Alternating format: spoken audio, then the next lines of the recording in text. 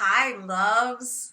I'm coming to you with a different background today, as you can see, because it's almost like 11:30 at night, and usually I record in the morning, but I couldn't go to bed without sharing with you this amazing message that I got today that was like super powerful for me. I was in the park today and I pass this woman like regularly when I'm walking my dog, and she always has her little chair and her blanket that she spreads out when she's in the park. And she just seems so chill and peaceful. And we say hello because I'm a very friendly person, so I say hello to everyone. We say hello, but this is the first time that we actually like had a conversation. So today we had this beautiful conversation that sparked from us saying hello to each other. And it was so empowering because you never know how you sharing your story can be a blessing to someone else. So it is so important for you to tell your story, because that day that you open up to that specific person, you never know who needs to hear the message that you have in your story. And today she gave me a very important message by sharing her story with me. And the way that we began talking about our stories was she shared with me that she grew up in the neighborhood that I live in. And she was pointing out to me how the park used to look and, all the changes that she experienced as a kid.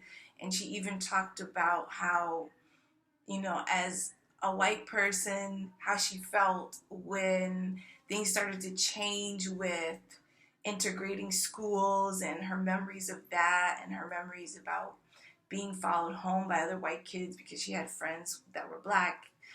And it was just a really interesting time to think about, especially considering everything that's happening right now. But then we started talking about our personal backgrounds, and I shared with her that I was an only child from my mom, because I grew up in a single parent household with my mom, but my dad has 9 kids. But because I grew up with my mom, I grew up as an only child, and she shared with me that she also grew up as an only child. And because she grew up as an only child, she said that she always felt like an outsider. And I told her that I could totally identify with that feeling of feeling like an outsider, of feeling like, you don't totally fit in. And she said she spent her childhood feeling that way and not really feeling comfortable with who she was. And I said, yeah, that's so interesting, because that's how I felt too growing up, like always like an outsider, always questioning, because I didn't really look like my mom's side of the family, whether I was actually part of that family. And then she said, well, I was actually adopted. And I was like, oh. And she said, and I didn't find out that I was adopted until I was 21 years old. And she said that that was something that she wished that she hadn't learned, because the moment that she learned that, she felt like she was no longer her parents' blood, and that totally influenced the way that she felt about herself and her identity.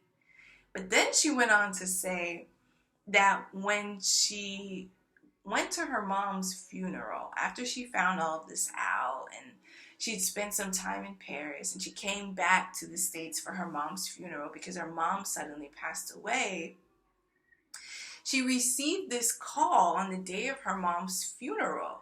And the call was from her dad's second wife. And her dad's second wife said, I received a call for you today.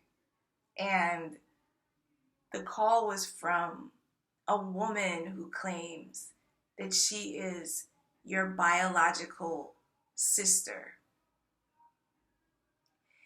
And she said she felt this shock, like all over her body, right? Because it was like she learned the information about herself being adopted.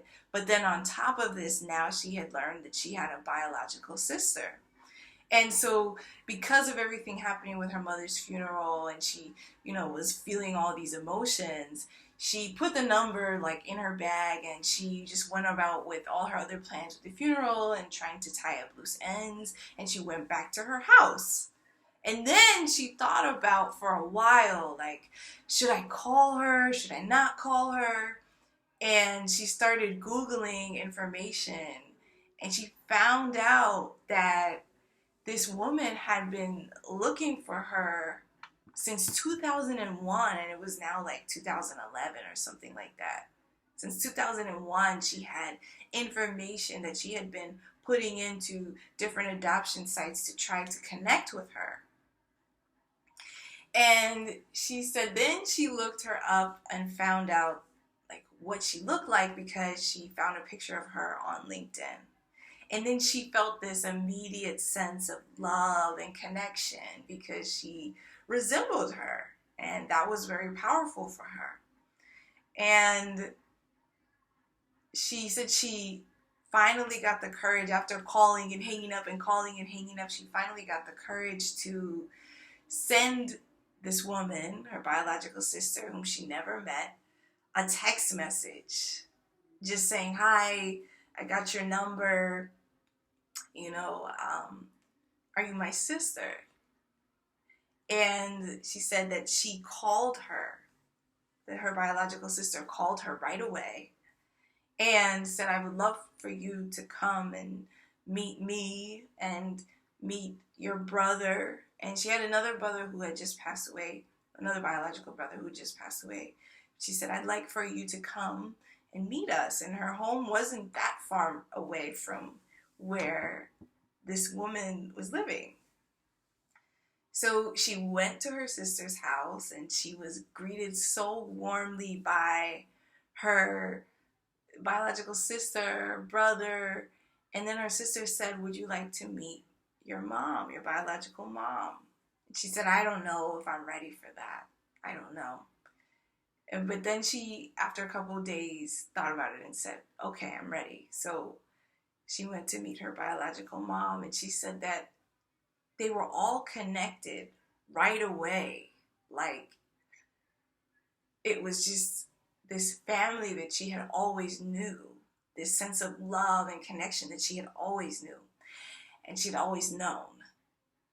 And then she said something really powerful. And she said, I know that that was God. I know that my mother, the mother who raised her, when she passed away, I know that she was in heaven. And she said, now that I'm gone, my daughter needs a family to look after her. Now it's time for her to learn about her biological family. And she said that she really felt that. And I said, wow, it's like when one door closes, a new door opens. And in your mom's passing, you were able to connect with your biological family. She said, yeah, I was. And she said, we have such a beautiful connection now. I can't get rid of them. They call me for everything. I remember there was one day where my cell phone was off, and they came over to my house to make sure I was okay because they hadn't heard from me. And she said, so I'm not alone like I thought I was. And that was very powerful for me because this idea of one door closing and another door opening speaks so much to our lives, right? It's like sometimes we think that, oh my gosh, this was the one opportunity, this was my one chance, and I didn't get it. Like, what's going to happen? And we allow ourselves to see what's going on. We often have other opportunities that appear to us. They might not look exactly the way that we have envisioned for ourselves, or the how, right, that we thought that they were going to work out, but they always appear, right? It's always like that song. You might not always get what you want, but you get what you need, right? And it was like right at the right time for her. She got what she needed. You know, she felt like it was very painful for her to learn that she was adopted. But once she knew that about herself, she learned that she had this whole other loving family, like a plus, an additional family that she could learn more about, that she could bond with, that she could be connected to. And so when one door closes, one door always opens. And I wanted to tie that to, it's so important to tell your story to people. It's so important to connect and have conversations with all different kinds of people so that you can learn more about how you and that person are similar, and so that you can allow yourself to be open to the blessing of the message that they have for you. And when you tell your story, you can also be open to the blessing that you have to give to someone else. Sometimes your testimony is not even for you, it's for somebody else who really needs to hear it that day. Somebody else who is feeling alone, somebody else who is feeling disconnected, right? So whenever we're feeling like, I don't know, should I give this message to this person? Should I open up about what's going on with me? Should I share my light? Yes, you should always share your light.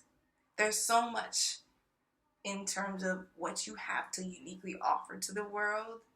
So in her sharing her story with me, it really reminded me of all the opportunities that are always coming my way. You know, if one thing is not working out the way I thought it would, you know, that doesn't mean that there's not going to be something more aligned, even more empowering, that I am being blessed with, right? So make sure that you tell your story. Make sure that you share messages of empowerment with other people.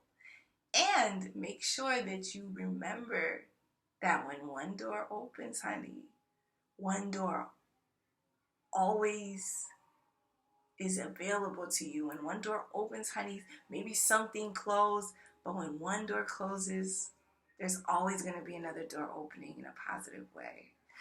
I just wanted to share that message with you because I thought that was such an inspiring story, and I know maybe someone else needed to hear that today. When one door opens, one door closes, another door opens. I send you so much love. You know, I'm trying to do as many of these inspirational talks as I can, and that was a blessing of a message for me today. May it empower and inspire you, and I'll see you on the next video. I can't believe that this is my 23rd inspirational talk, and now my birthday is on Sunday. Sending you so much love. Bye. Enjoy the rest of your day.